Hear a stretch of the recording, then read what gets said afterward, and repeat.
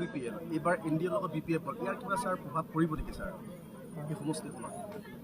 UPPL বেলেগ BPF বেলেগ sir Congress R UPPL মিত্ৰতা হলে কিবা হ'ব নেকি আমাৰ একো নাই আমাৰ BPF জয়েন কৰিলে কিবা এফচি সভাপতি ডিফেন বৰে UPPLত জইন কৰিছে ইহঁতৰ কথা এইটো এফচি UPPL একে বস্তু ইয়াত জইন কৰা নকৰা একে বস্তু দিছপুৰত কাৰ চৰকাৰ হ'ব স্যাৰ দিছপুৰত NDA চৰকাৰ হ'ব কাৰ হ'ব পৰ্বতৰ যিটো সংখ্যালঘু অধিষ্ঠিত এলেকা কেনেদৰে মানে পৰ্বতজোৰা আমাৰ BTC অঞ্চলতে আছে ইয়াত আমাৰ NDA কেণ্ডিডেট থাকিব বাছ আৰু আমি জিকিম 100%। স্যাৰ এটা কথা যিটো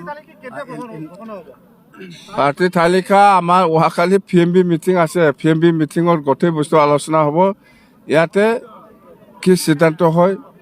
আমি ভাবোঁ 20 তাৰিখৰ ভিতৰত আমাৰ গোটেই 15টা সমষ্টিৰ কেণ্ডিডেটটো ক্লিয়াৰ হ'ব স্যাৰ ইতিমধ্যে যদি চোৱা যায় তেতিয়াহ'লে বিজেপি হওক বা কংগ্ৰেছ হওক দল দেশত যোৱাৰ উদ্দেশ্যে প্ৰাৰ্থিত্ব ঘোষণা হোৱাৰ পিছত BPF আকৌ হ'ব নেকি স্যাৰ যিহেতু পৰিয়াল কেন্দ্ৰিক কিবা ৰাজনীতিৰ কথা আহিছে স্যাৰ BPFৰ এনেকুৱা আমাৰ দলটো ত্যাগ কৰি যোৱা থাকিব পাৰে চব দলত থাকে কংগ্ৰেছ এৰি পেলাই ক'ৰবা যোৱা বিজেপি এৰি পেলাই ক'ৰবা যোৱা UPPL এৰি পেলাই ক'ৰবা যোৱা BPF এৰি পেলাই ক'ৰবা যোৱা এইবিলাক থাকে সাধাৰণতে দলত থাকে চব দলতে আছে এইটো হৈছে বুলি দলটো কিবা ক্ষতি হ'ব এইটো নহয় আৰু যিহেতু চৰ্চা চলিছে কোকৰাঝাৰত আপোনাৰ পত্নী যিহেতু চৰ্চা চলিছে চবৰে অধিকাৰ আছে কেণ্ডিডেট বিচাৰা পোৱা নোপোৱা এইটো পিছত হ'ব বাছ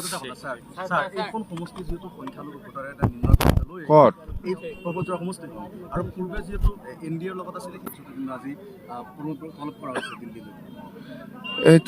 এইটো কি UPPLৰ কি হৈছে হোৱা নাই UPPLহে জানিব আমাৰ BPF হিচাপেতো এতিয়ালৈকে একো হোৱা নাই BPF হিচাপে ঠিক আছে BPF দল হিচাপে NDAত আছে বাছ আমাৰ উদ্দেশ্য সেইটোৱেই আল্লাহৰ ওচৰত মই সেইটোৱেই দোৱা কৰিছোঁ যে আমি যিমান জাতি জনগোষ্ঠী আছে সকলোৱে একেলগে বসবাস কৰি এই অঞ্চলত আমি উন্নয়নৰ কাম কৰি যাম এই আশীৰ্বাদটো আমাক যাতে আল্লাই আমাক দোৱা কৰি দিয়ে বাছ ইতিমধ্যে স্যাৰ NDAৰ যিহেতু প্ৰথম পৰ্যায়ৰ এটা তালিকা ঘোষণা কৰিছে UPPL